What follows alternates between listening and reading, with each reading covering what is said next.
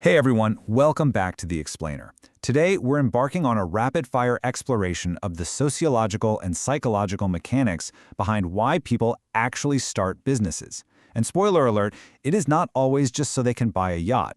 We're going to break down decades of academic research to uncover the true hidden engines of innovation. So what really makes an entrepreneur? Is it just, a simple desire for money, or maybe a lucky break? Well, diverse academic theories suggest there are much deeper and sometimes highly controversial drivers at play here. We're going to look at the exact mechanisms that push people out of their comfort zones and directly into the marketplace. Okay, let's dive into this. We've got 5 core themes on the agenda today: the outsider's edge, the bicultural advantage, born global startups, the power of clusters, and finally, the empathy engine. Let's get right to it. All right, theory number 1, the outsider's edge. Back in the 1960s, a University of Chicago economics professor named Bert F. Hoselitz came up with this concept using a very specific and honestly heavily debated term: pariah entrepreneurship. It asks a really fascinating question. Why do we so often see entrepreneurship emerging from socially marginalized groups? According to Hoselitz, being on the outside looking in isn't a disadvantage at all. Actually, it's the catalyst. In this framework, marginalization is a feature, not a bug, of the entrepreneurial class. Think about it like this. When historically marginalized individuals find themselves blocked from traditional paths to power, things like politics, climbing the corporate ladder, or owning land, they take all of that raw ambition and channel it into the one path that's actually left open to them: economic innovation.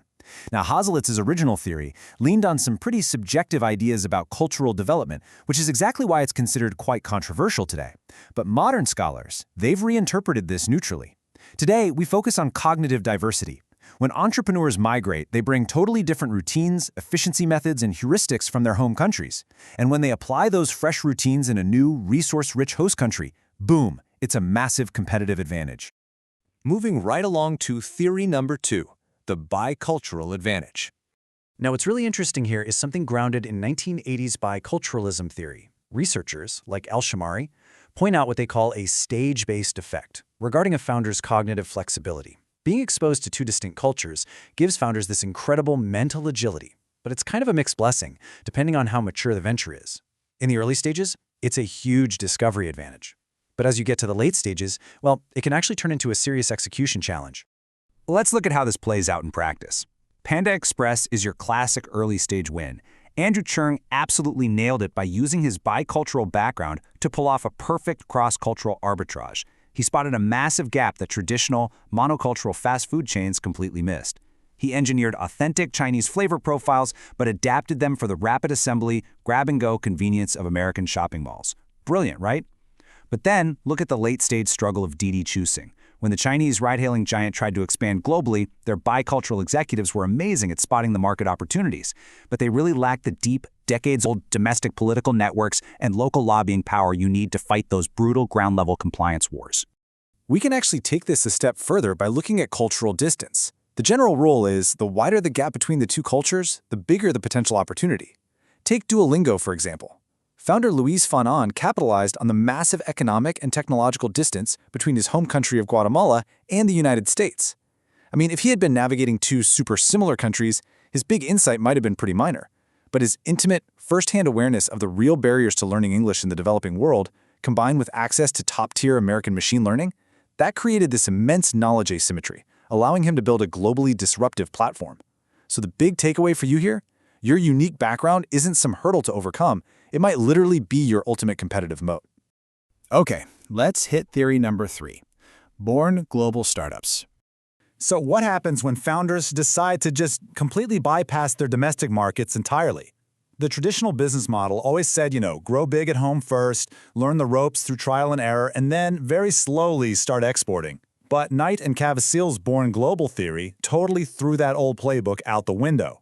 Born global startups, they treat the entire planet as their backyard from day one. By leveraging modern internet technologies and international supply chains, founders can just skip that slow, linear local phase altogether. And the clearest, most obvious real-world application of this is dropshipping. Thanks to digital platforms, the transaction costs of finding and monitoring international partners have just completely plummeted. We are at a point where a solo founder, sitting in their bedroom in pajama pants, can manage a massive global supply chain, buying from a supplier on one continent and shipping directly to a customer on another without ever once touching a single cardboard box. The need for physical proximity between the buyer and the seller is completely eliminated. Let's move to our fourth theory and see how this builds: the power of clusters. Now, you might be wondering, if the internet lets us build companies from anywhere, why do fierce competitors still physically pack themselves into tight clusters like Silicon Valley or Wall Street? Well, a big part of the answer actually comes down to the legal environment, specifically something called the California effect. Research shows that clusters grow like wildfire through employee spinouts. That's when workers leave a massive firm to go start a competing or maybe complementary venture. Because California famously refuses to enforce non-compete agreements, employees can just walk out the door of a tech giant without fear of litigation, and that fuels incredible startup density. It's a really great reminder of how local policy directly impacts your ability to build and hire. Once these clusters actually form, they become absolute engines of economic efficiency, really focusing on three main areas. First up, knowledge spillovers. The best ideas still flaw best face-to-face, so you kind of have to be physically present to catch that raw, uncommercialized knowledge. Second is labor pooling. Deep, specialized talent, like elite AI engineers, isn't evenly distributed, so founders naturally flock to where the human capital is the deepest. And third, transaction costs. Simply put, clustering lowers the search and transport costs of finding highly specialized suppliers. Ultimately, agglomeration theory proves that exactly where you are fundamentally changes your access to resources. All right, bringing it home with theory number 5, the empathy engine. So far, we've talked a lot about economic and strategic drivers. But what drives a social entrepreneur to tackle massive, systemic problems in entirely unfamiliar foreign contexts? For a long time, academics debated whether these founders were primarily driven by altruism, just a pure desire to help others, or self-interest. But when founders bypass their own local issues to travel all the way across the globe, altruism and self-interest alone just aren't quite enough to explain it. That's when researchers Tucker and Kroom introduced a vibrant, hidden third piece of the puzzle: xenophilia. Enter xenophilia. This is literally the direct psychological and sociological opposite of xenophobia. It is a deep-seated attraction, a genuine natural affinity for foreign people, customs, and cultures. It's an incredibly powerful sociological catalyst. And what researchers note is that this active, outward-facing empathy doesn't just pop up in a vacuum. It is very often deeply nurtured by a person's broader socioeconomic environment, their educational background, or even major global faith traditions that actively promote radical hospitality toward outsiders. But here is the really cool part. Leveraging this mindset isn't just a moral virtue. It's a highly effective strategic framework. By actively seeking out cross-cultural connections and purposefully embedding themselves in totally unfamiliar environments, these outsider founders unlock unique operational capabilities.